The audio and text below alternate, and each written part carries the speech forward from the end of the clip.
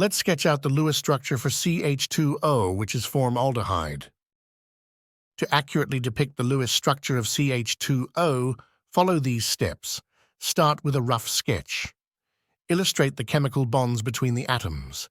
Recognize and indicate any lone pairs on the atoms, if present. Ensure each atom, including the central one, has a complete octet. Conclude by calculating formal charges, aiming for a stable Lewis structure with the least formal charges possible. Before drawing the rough diagram, we will first calculate the total number of valence electrons and then determine the central atom. The total valence electrons in CH2O can be calculated by summing the valence electrons of each atom. Carbon, a member of group 14, has 4 valence electrons. Each hydrogen, a group 1 element, contributes 1 valence electron, and oxygen, a group 16 element, possesses 6 valence electrons. With 1 carbon, 2 hydrogen atoms, and 1 oxygen atom in CH2O, the total valence electrons calculation is 4 for carbon plus 1 for hydrogen multiplied by 2 plus 6 for oxygen, resulting in a total of 4 plus 2 plus 6, which equals to 12 valence electrons for CH2O. When determining the central atom for CH2O, prioritize placing the element with the lower electronegativity at the center. Although hydrogen is present in CH2O, designating it as the central atom is not valid, as the central atom typically forms bonds with at least 2 other atoms.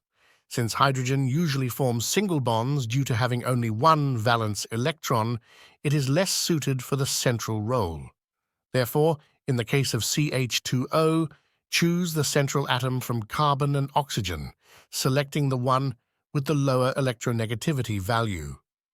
Carbon, with an electronegativity value of 2.55, is lower than oxygen's 3.44. Consider placing carbon at the center and arranging the remaining atoms around it. 2 electrons represent a single chemical bond. Therefore, first, place 2 electrons on the left side to indicate the chemical bond between carbon and the left hydrogen. Similarly, place another 2 electrons on the right side to represent another chemical bond between carbon and the right hydrogen. Finally, use 2 more electrons to show 1 more chemical bond between carbon and oxygen. In this way, we have used 6 electrons out of the 12 total valence electrons, leaving 6 electrons unutilized. Lone pairs consist of electron pairs not used in chemical bonding, and each pair comprises 2 electrons. As calculated earlier, we have 6 electrons remaining, allowing us to form 3 electron pairs and mark them on the structure as lone pairs. It's also important to note that both carbon and oxygen, being period 2 elements, cannot hold more than 8 electrons in their valence shells. On the other hand, hydrogen, a period 1 element, cannot keep more than 2 electrons in its last shell. One more key point to remember is to always start marking lone pairs first on the outside atoms and then on the central atom. In CH2O, the 2 outside hydrogen atoms won't receive any lone pairs, as they cannot accommodate more than 2 electrons. Only the outer atom, oxygen, will receive 3 lone pairs. The central atom, carbon, also won't receive any lone pair, as we only have 3 lone pairs to mark on the structure. The duet is complete for the 2 outside hydrogen atoms, and the octet is satisfied for the oxygen atom. However, the central atom, carbon, still requires 2 more electrons to complete its octet. Let's now focus on completing the octet for the central atom, carbon. Once again, remember that carbon is a period 2 element and cannot hold more than 8 electrons in its valence shell. Carbon already possesses 6 valence electrons and requires 2 more to complete its octet. Therefore, we will convert 1 lone pair from the oxygen atom and transfer it to the carbon atom to form a chemical bond. It is now evident that the central carbon atom and the outer oxygen atom both form an octet.